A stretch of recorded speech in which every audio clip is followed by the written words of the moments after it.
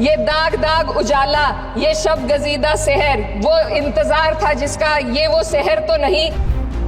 संभल से लेकर बुलडोजर तक तो मॉब लिंचिंग से लेकर हेट स्पीच तक इकरा हसन ने आज संसद में सरकार को खूब सुनाया। दरअसल लोकसभा में संविधान पर चर्चा चल रही थी। मौका जब कैराना से सांसद इकरा हसन चौधरी को बोलने का मिला तो उन्होंने तगड़ा भाषण दे दिया।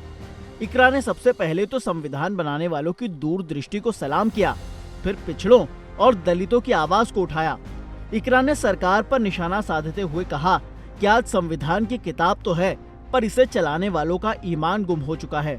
मुसलमानों पर जो कहर टूटा है वो किसी से नहीं छिपा। एक युवा सांसद के तौर पर मैं अपनी उम्मीदों को संविधान के साथ जोड़कर खास तौर पर ये बताना चाहती हूँ कि आज हमारे देश में पिछड़े, दलित, अल्पसंख्यक समुदाय को किस तरह अपने संवैधानिक अधिकारों और आज़ादियों की हिफाजत के लिए हर रोज मुश्किलों का सामना करना पड़ रहा है।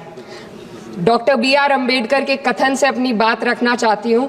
उन्होंने कहा था, मुझे अपने भारतवर्ष पर फक्र है कि जिसके पास ऐसा संविधान है जो लोकतंत्र, समाजवाद और सेक्युलरिज्म को संजोता है।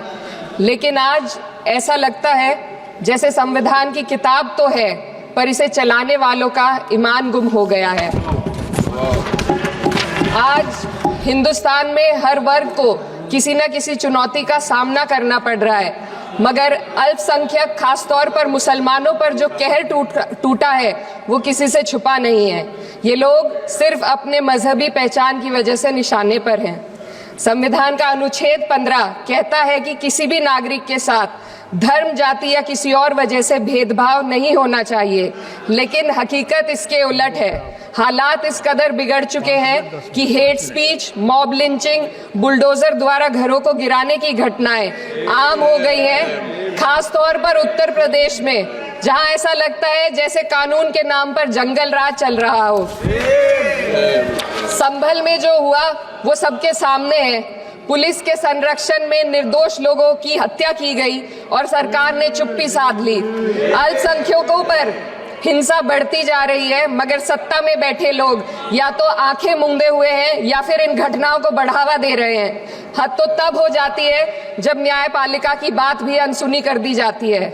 सुप्रीम कोर्ट ने मॉब लिंचिंग पर 11 सूत्रीय निर्देश जारी किए थे।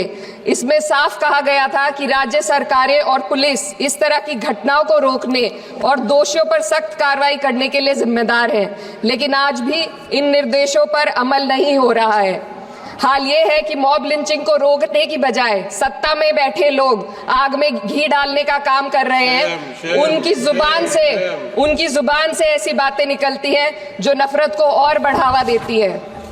ये अशांति अब इतनी गहराई तक फैल चुकी है कि हमारे समाज के धर्मनिरपेक्ष चरित्र पर गंभीर सवाल उठ रहे हैं। साल की शुरुआत में ही कई राज्यों में दुकानदारों को अपने नाम बोर्ड पर लगाने के लिए मजबूर किया गया।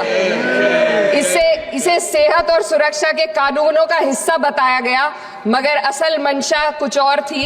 ये कदम खास तौर पर मुसलमान दुकानदारों को निशाना बनाकर उठाया गया ताकि उनकी रोजी रोटी पर चोट की जाए।